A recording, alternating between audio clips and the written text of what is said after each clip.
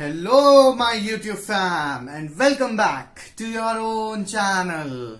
My name is अखिल महेश्वरी. लेकर के आया हूं आज वीडियो नंबर 68. इस वीडियो में हम पिछले वीडियो को कंटिन्यू करेंगे और एक्सटर्नल रिक्रूटमेंट के सारे मेथड्स यहां खत्म कर देंगे.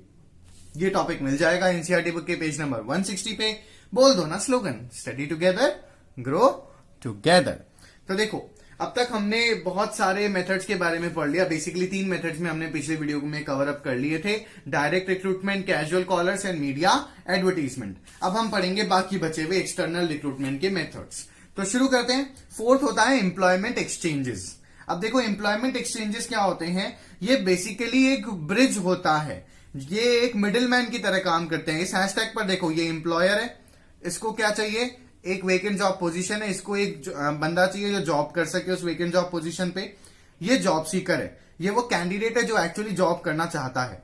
ये इसको नहीं जानता, ये इसको नहीं जानता, पर दोनों को एक दूसरे की रिक्वायरमेंट है. तो ये दोनों किसके पास जाते हैं? एम्प्लॉयमेंट एक्सचेंज के पास जाते हैं. एम्प्लॉयमेंट एक्सचेंज क्या करता है? एम्प्लॉयर से सारी डिटेल्स ले लेता है वेकेंट जॉब पोजीशन की और उसे प्रॉमिस कर देता है कि ठीक है, मैं आपको अच्छा कैंडिडेट ढूंढ करके देता हूं. जॉब सीकर से सारी डिटेल्स ले लेता है, उसका रेज्यूमे, बायोडेटा, और उसको प्रॉमिस करता है कि मैं आपको आपके क्वालिफिकेशन के अकॉर्डिंग जैसा आप जॉब चाहते हो वो ढूंढ के देता हूं. सो बेसिकली एम्प्लॉयमेंट एक्सचेंजेस क्या हुए? एम्प्लॉयमेंट एक्सचेंजेस वो मिडिल मैन होते हैं जो एम्प्लॉयर और जॉब सीकर्स को दोनों की रिक्वायरमेंट को फुलफिल करते हैं. समझ रहे हो ना? देखो, जॉब सीकर्स क्या करते हैं? वो अपनी डिटेल्स जो भी होती है वो एम्प्लॉयमेंट एक्सचेंजेस के पास छोड़ करके चले जाते हैं. ठीक है, जैसे लेट्स टेक एन एग्जांपल. मुझे बिजनेस स्टडीज का एक जॉब चाहिए, स्कूल में बिजनेस स्टडीज पढ़ानी है मुझे. ठीक है, आई एम इंटरेस्टेड. तो मैं किसी एम्प्लॉयमेंट एक्सचेंज के पास जाऊंगा, वहां अपना रेज्यूमे ड्रॉप कर दूंगा, बायोडेटा ड्रॉप कर दूंगा, और वो मेरे को कह देंगे कि जब भी हम ढूंढेंगे, सर्च करेंगे, जॉब रिक्वायरमेंट मुझे मिल गई आपकी क्वालिफिकेशन के अकॉर्डिंग या आपकी प्रेफरेंस के अकॉर्डिंग, तो मैं आपको कॉल कर दूंगा. सेम चीज क्या होता है? फिर ऑर्गेनाइजेशन उनके पास जाती है और वो बोलती है कि उन्हें पर्टिकुलर बिजनेस टीचर की रिक्वायरमेंट है. तो एम्प्लॉयमेंट एक्सचेंज क्या करेगा? मैच करेगा मेरी रिक्वायरमेंट और इनकी रिक्वायरमेंट. हम दोनों की रिक्वायरमेंट जब मिल रही होगी तो वो हम दोनों को बीच में कांटेक्ट करवा देगा. ठीक है. अब एम्प्लॉयमेंट एक्सचेंजेस जो होते हैं वो गवर्नमेंट भी रन करती है और प्राइवेट प्लेयर्स भी रन करते हैं. ठीक है. गवर्नमेंट एम्प्लॉयमेंट एक्सचेंजेस कोई चार्ज नहीं लेती, कोई कमीशन नहीं लेती है. जैसे जितने भी जो कैंडिडेट्स होते हैं जो गवर्नमेंट जॉब करना चाहते हैं, गवर्नमेंट ने अपना पोर्टल बना रखा है, government job portal, national portal of jobs. ठीक है, तो वो एम्प्लॉयमेंट एक्सचेंज की तरह काम करता है. आई रिपीट, गवर्नमेंट कोई चार्ज या कमीशन नहीं लेती है. जबकि अगर कोई प्राइवेट फर्म ने खोल रखा है तो वो चार्ज या कमीशन ले सकते हैं. एम्प्लॉयमेंट एक्सचेंज क्या हुआ? बहुत सिंपल. सपोज करो मेरे पास दोनों टाइप के लोग हैं. मेरा एम्प्लॉयर्स के बीच में भी बैठना है जिनको जॉबर्स की जिनको जॉब सीकर्स की रिक्वायरमेंट होती है, और मेरा जॉब सीकर्स के बीच में भी उन नल्ले लोगों के बीच में भी बैठना है जिनको जॉब्स की रिक्वायरमेंट होती है. तो हो सकता है मैं दोनों को मीटअप करवा दूं और दोनों से कमीशन ले लूं बीच में. ठीक है. So this is an external source of recruitment. I am sorry, slip of tongue. This is called employment exchange. Then देखो, नेक्स्ट है placement agencies and management consultation. So देखो, प्लेसमेंट एजेंसीज क्या होती हैं या मैनेजमेंट कंसल्टेशन क्या होते हैं? ये वो टाइप की ऑर्गेनाइजेशंस होती हैं जो सिर्फ पर्टिकुलरली काम करती हैं जॉबर्स को और जॉबी को मिलाने का, यानी कि एम्प्लॉयर और एम्प्लॉय को मिलाने का. इनकी सर्विस नेशन वाइड होती है. ये इनका मेजर काम क्या है? हैशटैग पर ध्यान देना. Matching demand and supply of workforce. की डिमांड और सप्लाई दोनों की वर्कफोर्स को फुलफिल करना. डिमांड किसको होगी? एम्प्लॉयर को होगी और जॉब सीकर दोनों को होगी, और ये दोनों को सप्लाई कर देते हैं.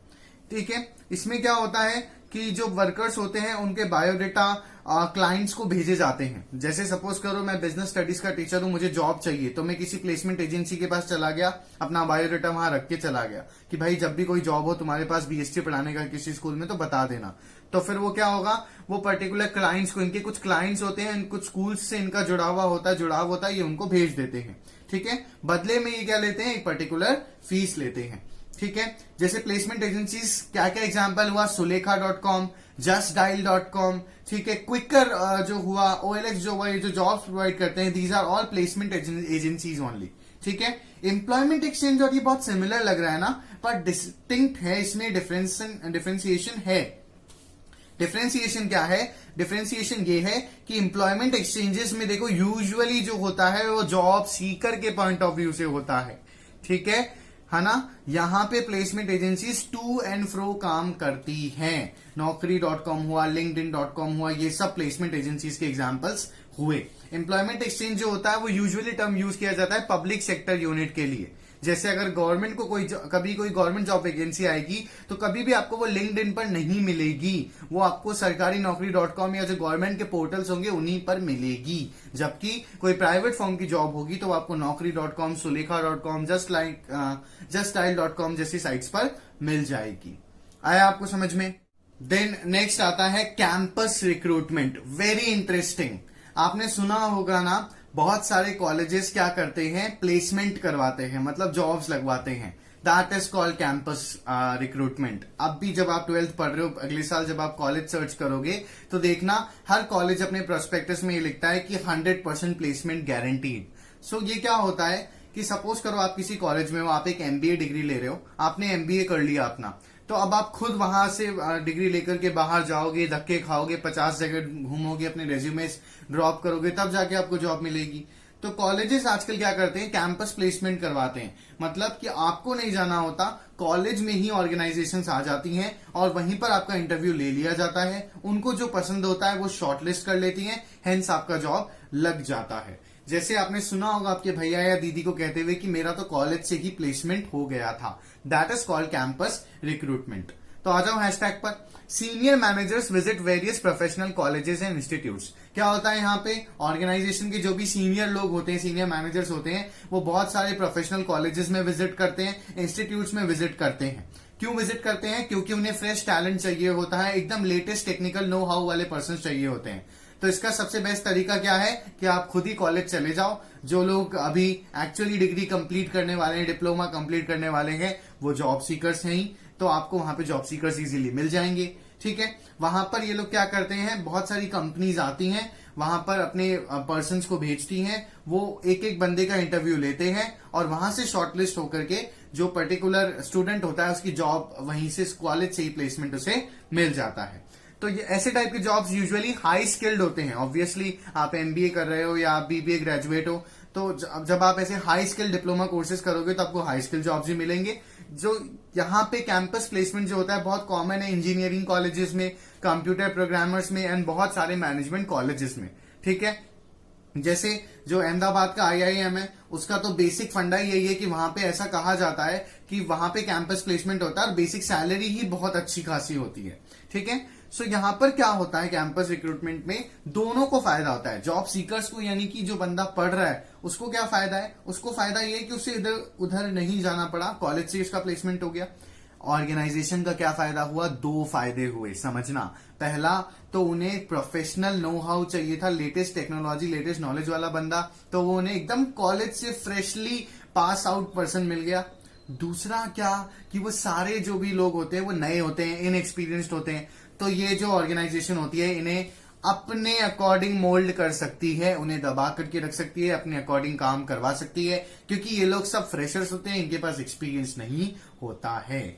आया आपको समझ में? सो यहाँ पे this is called campus recruitment, जब कॉलेजेस में ही बच्चों का प्लेसमेंट हो जाता है।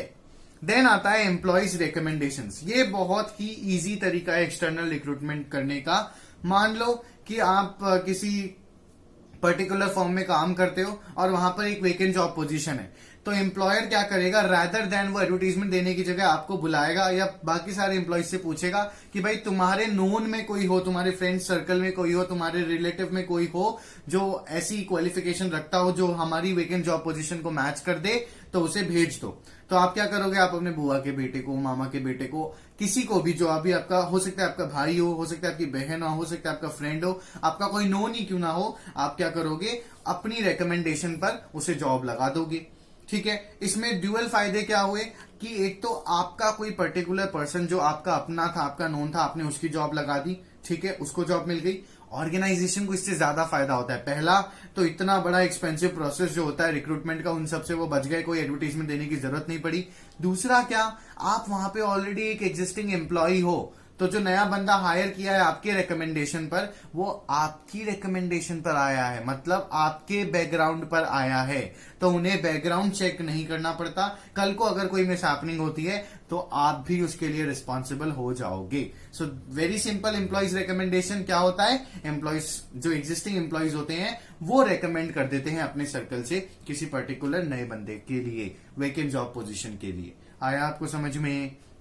देन लास्ट आता है लेबर कॉन्ट्रैक्टर्स। लेबर कॉन्ट्रैक्टर्स कौन लोग होते हैं? ये वो लोग होते हैं जो बेसिकली गांव के लोगों से जुड़े हुए होते हैं, जिनके पास बहुत सारे गांव के लोगों की नॉलेज होती है, जो जिनको जॉब चाहिए होता है। लेबर कॉन्ट्रैक्टर्स बेसिकली क्या हायर करते हैं? ये लेबर्स हायर करते हैं। और कहाँ हायर करते हैं? Largely suitable for construction site. Construction site पर जितने भी लेबर्स आते हैं इन लेबर कॉन्ट्रैक्टर्स के थ्रू ही आते हैं। अगर हिंदी में बोलूं तो इन्हें ठेकेदार कहा जाता है। इनके पास क्या होता है, बहुत सारे लेबर्स होते हैं, जिस भी टाइप का आपको काम करवाना है कंस्ट्रक्शन साइट पे, उस टाइप के बंदे ये आपको भेज देते हैं। बदले में ये इनको क्या मिलता है? इनको कमीशन मिलता है।